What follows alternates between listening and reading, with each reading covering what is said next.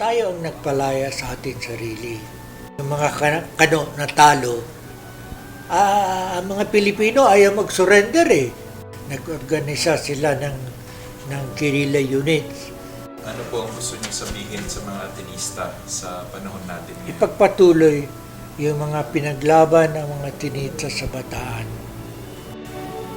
Yung dalawang bagay lang na sundin nila na utos. Pagmamahal sa Diyos at pagmamahal sa kapwa ng walang pasubali, lalo na yung mga mahihirap, mga dukha. Pag nasunod natin yan, palagay ko, magiging malaya tayo.